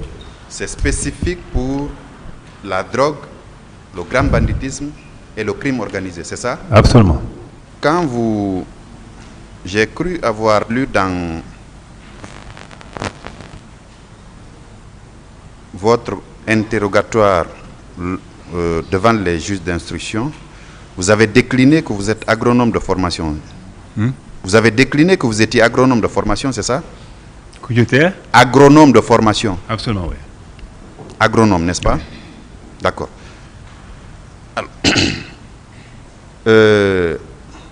Comment vous êtes venu à la gendarmerie? D'abord, on a été recruté, comme tout le monde, recruté dans l'armée régulière. Et après la formation commune de base, de 2 ans à peu près, nous avons fait un concours au sein de ils ont fait un concours au sein de tous ces soldats pour la gendarmerie nationale, un concours national. Et c'est à l'issue du concours national que je me suis retrouvé à la gendarmerie nationale. Je peux savoir c'est en quelle année? Recrutement, c'est en 2013. 93 plutôt. 93. Oui. La formation commune de base, c'était en 93, vous avez dit? C'était en 93. Oui, c'était en 93. Vous avez fait la même formation commune de base que M. Moussa Dadis Camara? Non, ça c'est 90. Il est plus ancien que vous. Il est plus ancien que vous. Oui, ils sont plus anciens que nous. D'accord. Monsieur le Président, j'en ai fini pour le moment. Merci, Monsieur le procureur. Juste des questions de précision pour Monsieur Camara.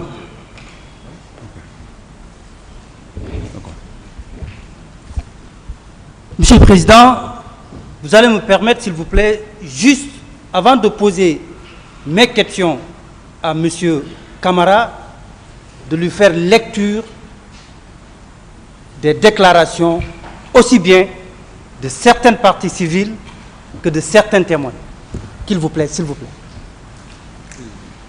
Merci, Monsieur le Président. Colonel Moussa Tchekboro Camara. Président. Pour une question de précision, est-ce que vous maintenez vos déclarations selon lesquelles vous êtes un chef militaire? Affirmatif. Autrement dit, vous faisiez partie de la chaîne de commandement des forces de défense et de sécurité au moment des faits. Ça ne sous-entend pas comme ça. Mais quand on est colonel, on est chef militaire. Oui. Ma question est de savoir, est-ce que vous, en tant que secrétaire d'État, chargé de la lutte contre la drogue, le grand banditisme, en votre qualité de chef militaire, est-ce que vous faisiez alors partie de la chaîne de commandement des forces de défense et de sécurité de l'armée régulière? Pas du tout. Pas du tout. Vous êtes chef militaire, vous avez des hommes à votre disposition, mais vous ne faites pas partie de la chaîne de commandement. Je pense que les militaires peuvent le répondre, mais moi je te dis, on peut être chef militaire et ne pas être dans la chaîne de commandement. La chaîne de commandement militaire, c'est autre chose. C'est pourquoi j'ai précisé hier. C'est quoi la chaîne de commandement militaire? Je ne peux pas l'étaler ici parce que ça c'est l'armée. Mais je vous précise que hier j'ai dit que mes éléments étaient demandés. On demande. J'ai demandé à ce que l'effectif que j'ai besoin à la gendarmerie, à la police, qu'on mette ça à ma disposition. Et ces effectifs-là sont gérés au point de vue salaire, qu'on appelle solde chez nous, salaire chez les policiers, par les unités respectives. Et ils sont leur dotation. Monsieur Kamara, suivez-moi. S'il vous plaît. Est-ce que vous êtes satisfait? Non, je ne suis pas satisfait. Laissez-le finir alors. Alors, allez-y. Continuez. Je dis bien que mes éléments étaient en détachement. Dès lors que ce mot détachement intervient dans le circuit, c'est que je ne fais plus partie de la chaîne du commandement. Pour la preuve est que ces éléments-là, leur solde, leur ravitaillement, leur gestion et tout, je ne parle pas opérationnel, tout le reste là appartient à même leur retraite et recrutement, tout le reste appartient à leur unité d'origine. Les policiers prennent leur salaire chez eux, les gendarmes prennent leur salaire chez eux, et c'est simplement ce qui nous lie, c'est la mission qui nous a été assignée. Ça veut dire simplement qu'on peut être chef militaire et ne pas être dans le commandement, dans la chaîne de commandement. La chaîne de commandement, c'est autre chose. C'est quoi la chaîne de commandement alors? Je ne peux pas le détailler ici parce que je n'ai pas eu l'ordre de ma hiérarchie pour le détailler ici. Parce que je suis maintenant... Vous n'avez pas reçu l'ordre de votre hiérarchie? Absolument. C'est qui votre hiérarchie? Mais les chefs militaires, à commencer par le ministre de la Défense, le chef d'état-major, au commandement, tout ça, ce sont la hiérarchie. Ici, s'il vous plaît. S'il vous plaît, monsieur le représentant du ministère public, monsieur Kamara. Oui. La chaîne de commandement, définissez. Qu'est-ce que ça veut dire? C'est ce qu'il veut savoir. Qu'est-ce que ça veut dire, la chaîne de commandement? Non, la chaîne de commandement, c'est, monsieur le Président, c'est vous qui m'ordonnez. Sinon, je n'ai pas non plus. Allez-y. D'accord. L'autorisation de le dire. La chaîne de commandement, comme vous le dites, c'est une chaîne. C'est la hiérarchisation dans le commandement. Quand je prends le ministre de la Défense nationale, en bas de lui, quand vous regardez un peu dans l'organigramme, il y a le chef d'état-major général des armées. Et ensuite, il y a, à côté de l'autre côté, il y a le haut commandement de la gendarmerie nationale et il y a les états-majors particuliers, armée de terre, air et mer. Voilà la chaîne de commandement. Et c'est ce qui surtout qui commence et continue, hein, comme une pyramide jusqu'à la base, au niveau de section, groupe et autres là. Au sommet de la chaîne de commandement. Du sommet à la base. Au sommet. Ouais. Qui est au sommet de cette chaîne de commandement? C'est le ministre de la Défense nationale. Pour moi. Pour vous? Oui. Bon. Au sommet Pardon? Au sommet du commandement opérationnel. Non, je dis chaîne de commandement. Oui, pas distingué. Oui, la chaîne de commandement, c'est le ministre de la Défense nationale. Et quelle place occupe le commandant en chef des forces armées par rapport à la chaîne de commandement? Quelle place il occupe? Je n'en sais pas du tout, parce que je n'en sais pas, parce que pour moi, en tant que militaire, peu de formation qui s'est suivie, le commandant en chef des forces armées se dit partout. Et ça se dit partout, pourquoi? Parce que c'est le plafond. Mais ça, ce n'est pas pour les opérations. Et le commandant en chef des forces armées, comme le président Alpha Condé qui vient de quitter, commandant en chef des forces armées, on le disait. Mais quand on le dit, c'est juste une question de formalité, pour moi. Pourtant, ma question dans s'il vous plaît, ne la distinguez pas là où je n'ai pas distingué. Moi, je parle de chaîne de commandement. C'est ce que je dis. Non de commandement. Dans l'organigramme militaire, je veux dire, le commandement militaire, ça commence par le ministre de la Défense nationale. Ok, on va continuer. Donc, je disais, Monsieur le Président, de bien vouloir permettre au ministère public de faire lecture de certains passages des déclarations de certains accusés, de certaines parties civiles, des témoins, avant de poser les questions à M. Kamara. Pour une question de consolidation, Je prends, en ce qui concerne les accusés, le colonel Claude Pivy.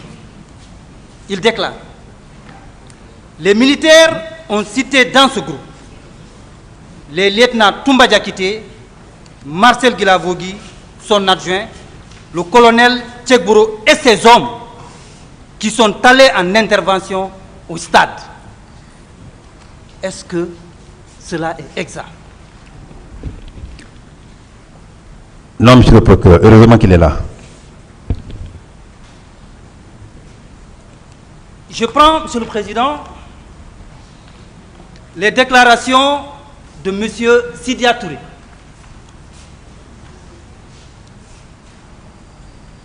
Nous avons été bloqués au niveau de l'université par une escorte de gendarmes conduite par le ministre Tchekbourou. Est-ce que cette déclaration est exacte? Je dis non, oui, parce qu'on s'est croisés là-bas. Quand on m'a dit qu'ils sont là-bas, je suis parti vers eux, on s'est croisés. Et le nom? Suivez-moi. Monsieur le procureur, c'est important, hein? C'est une précision que vous cherchez. Très important. C'est très important. Ah, mais oui. Donc, et quand il dit nous avons été bloqués, quelqu'un que tu as bloqué, quand c'est comme ça, comme tout le monde l'attend, il n'y a pas de dialogue. Il n'y a pas de dialogue. Mais si on a fait des dialogues, jusqu'à ce qu'on a abouti à un consensus, je pense qu'il n'y a pas de contrainte à la demeure. Le non, il est où alors? Vous dites oui et non. Parce que moi, je n'ai pas compris. Qu'est-ce qui est oui et qu'est-ce qui est non? Qu'est-ce qui est oui, c'est qu'on s'est croisé, effectivement, là où il a dit, on s'est croisé là-bas. Et le non, c'est parce que quand il dit on a été bloqué, c'est un peu, ça sonne mal par rapport à ce qu'on s'est dit ce jour-là dans l'ambiance. Les humains sont... Vous vous êtes rencontrés? On s'est rencontrés. Vous vous êtes vus? Je suis parti à leur rencontre. Vous vous êtes rencontrés? On s'est rencontrés, on a dialogué. Vous êtes vus? Absolument. Vous avez discuté? On a discuté. Et on a arrêté. Monsieur le Président. Parce qu'il faut arrêter.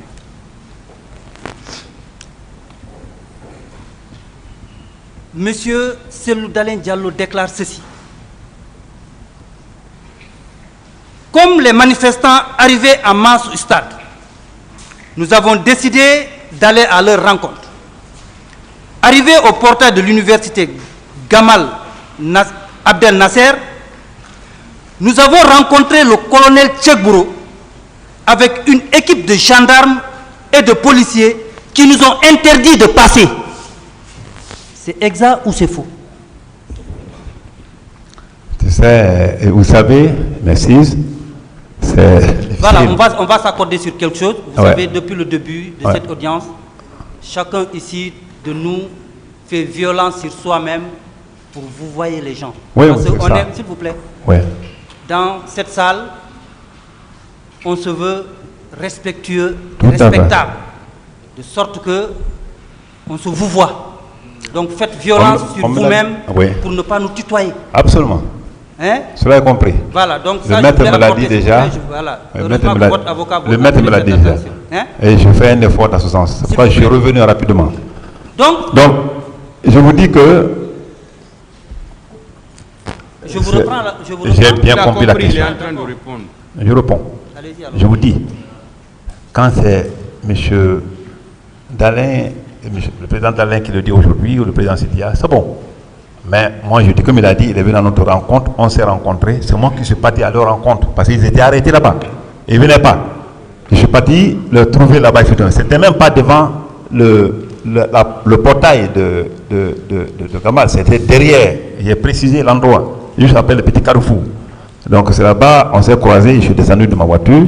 Si d'autres m'ont suivi, et je me dis oui, parce qu'il y avait des gens qui étaient arrêtés, et ils nous ont suivis après, ils nous ont trouvés là-bas. C'est ainsi que M. Cellou Dalein Diallo... Vous avez dit tout ça là. Oui. La question juste était de savoir, est-ce que les déclarations de M. Cellou Dalein Diallo sont exactes? J'ai juste apporté la petite précision que ce n'était pas devant le portail. Vous les avez interdits de passer, vous les avez bloqués. Non. Comment bloquer? Si on les a bloqués, non, il faut dire qu'on est parti faire un dialogue. Et ce dialogue-là était suivi. Je vais continuer, Monsieur le Président, parce que déjà votre réponse, moi j'en suis satisfait. D'accord, merci. Plus loin. Alors que nous étions bloqués là, Tchekbourou est parti vers le stade pour revenir 10 à 15 minutes après pour intimer aux agents de nous céder le passage en nous demandant d'aller sensibiliser les manifestants. Est-ce que cela a eu lieu? Pas de tout. Je pense que d'autres témoins de dire le contraire. Référez-vous simplement. Pardon? Je dis pas de tout. Quand je suis venu pour la première fois, je ne me suis plus retourné au stade. Donc cette déclaration est inexacte. C'est contradictoire. Vous savez pourquoi? Vous savez pourquoi c'est contradictoire? Il dit que je venais avec... M. Camara, est-ce que, s'il vous plaît, est-ce que cette déclaration est exacte? Pas du tout. Je ne suis pas venu 2 fois. Donc c'est faux. Si c'est pas de tout, c'est le contraire. Pardon? Si je dis pas de tout, ça veut dire que ça n'existe pas. Non, si ce n'est pas exact, ça veut dire que c'est faux. Non, il a répondu. Je continue, Monsieur le Président. C'est vous qui savez. Sur la demande de Tchekbourou, nous sommes rentrés au stade pour aller prendre place au Présidium. C'est M. Selou Dalein Diallo qui déclare ceci. Est-ce que cette déclaration aussi, elle est vraie ou fausse? Vraie ou fausse? Non, je dis que cette déclaration n'a pas une réalité. Est-ce qu'elle est vraie ou elle est fausse? Vous me laissez parler, j'ai ma manière de parler. Laissez-moi, s'il vous plaît. Une question fermée. Monsieur Camara. Vrai ou faux? Oui. Monsieur le procureur, s'il vous plaît. Merci. Je vous ai toujours dit, il y a des questions, vous n'êtes pas obligé de faire des commentaires. Vous pouvez répondre par oui ou par non, par vrai, par faux. Vous pouvez répondre comme ça pour qu'on puisse évoluer. C'est des Si renforts je dis qui faux, viennent de c'est pas l'autre grave. côté. Non. Je continue, Monsieur le Parce que Président. vous venez de dire tout de suite que ce n'est pas exact. Ça, vous pouvez répondre comme ça. Si vous ne voulez pas dire, employer le terme faux, vous pouvez dire, ce n'est pas exact. Ok, merci, monsieur le procureur. Vous n'avez pas la parole, maître, s'il vous plaît. Continuez, monsieur le Merci, Monsieur le Président. Merci. Souffrez d'écouter, s'il vous plaît, maître. Colonel Moussa Tchekbourou. Cette fois-ci, je vais vous faire lecture des déclarations de M. Luceni Fall. À mi-chemin. Monsieur le Président, est-ce qu'il peut indiquer les pages, s'il vous plaît? Luceni Fall, page 2. À mi-chemin. Toujours au niveau de Donka, nous avons été bloqués par un escadron de gendarmes avec à sa tête colonel Tchekbourou. C'est vrai ou c'est faux? C'est pas exact, je ne commande pas les escadrons. Il ressort, Monsieur le Président, de toutes ces déclarations, le dénominateur commun, c'est que vous, colonel Tchekbourou, vous étiez là au moment de ces faits. C'est le dénominateur commun de toutes ces déclarations. Monsieur le Président, peut-être une dernière question. Le fil des débats peut-être suscitera dans d'autres. Vous voulez nous dire que vous, ce jour, donc vous êtes arrivé à tout hasard, au mauvais moment et au mauvais endroit, c'est ce que vous voulez nous faire croire? C'est une question? Ah, mais bien sûr, c'est une question, monsieur. D'abord, je vous dis, du fait d'arriver ce jour. C'était un fait du hasard ou bien, à vous entendre, c'est ce que vous voulez nous faire croire, que vous, le 28 septembre 2009, vous êtes arrivé au stade par un pur fait du hasard. Et que tout ça là, vous avez pris tout ce temps pour coordonner tout ça. C'est la question, je veux savoir. Monsieur le procureur, vous avez besoin de réponses, non? Oui, mais bien sûr. D'accord. Merci beaucoup. Je voudrais vous dire sincèrement que d'abord, les 3 leaders qui ne sont pas les moindres dans ce pays, leurs déclarations sont contradictoires alors qu'ils étaient au même lieu. Ça, c'est ma première remarque. La deuxième remarque, quand vous dites que si je suis tombé par hasard, j'ai bien schématisé mon trajet. Et j'ai dit ce trajet où je partais et qu'est-ce que je partais faire. C'est à mon domicile à côté. Et j'ai bien dit, quand je me suis rencontré avec quand je suis venu vers les manifestants, sur les manifestants, de là-bas, comment j'ai décidé pour aller vers les leaders, je vous ai dit. Mais contradictoirement, les 3 ont parlé des choses contradictoires eux-mêmes. peut-être la dernière, en tout cas pour le moment, en ce qui me concerne, vous concernant également. Absolument. Monsieur Camara, est-ce que vous avez des armes de service? Est-ce que vous avez des armes de service? Vous? Des armes de service? Oui. Qu'est-ce que vous appelez armes de service? C'est quoi une arme de service? Je ne suis pas militaire. Monsieur Camara. Non, un commandant, déjà, on ne peut pas avoir une dotation. Vous n'avez pas d'armes? En pistolet, d'accord, mais ça aussi, ça fait longtemps depuis qu'on dote plus les militaires en pistolet. Est-ce que Moussa Tchegboro Camara a une arme? C'est ma question. Elle est claire, je pense. De dotation? De dotation? Non. Vous n'en avez pas? Je n'en ai pas pour le moment. Alors, quel type d'arme vous avez alors? Si ce n'est pas une arme de dotation, quelle arme vous avez? Je ne suis pas doté individuellement d'une arme pour le moment. En dehors de la dotation, est-ce que vous avez une arme ou des armes? Non. Moussa Tchegboro, vous n'avez pas... Excusez-moi. Colonel Moussa Tchegboro Camara, vous n'avez pas d'arme? Je n'ai pas d'arme de dotation. Monsieur Camara. Oui. Arme de dotation, arme de service ou je ne sais pas comment l'appeler, est-ce que vous détenez une arme? Non, Monsieur le Président. Je ne suis pas doté d'une arme. Que ces déclarations nous sont doivent donner acte. Tout ce qu'il est en train de dire est en train d'être consigné, Monsieur le procureur. Parce que c'est extrêmement grave. Des questions? Pour terminer, Monsieur le Président,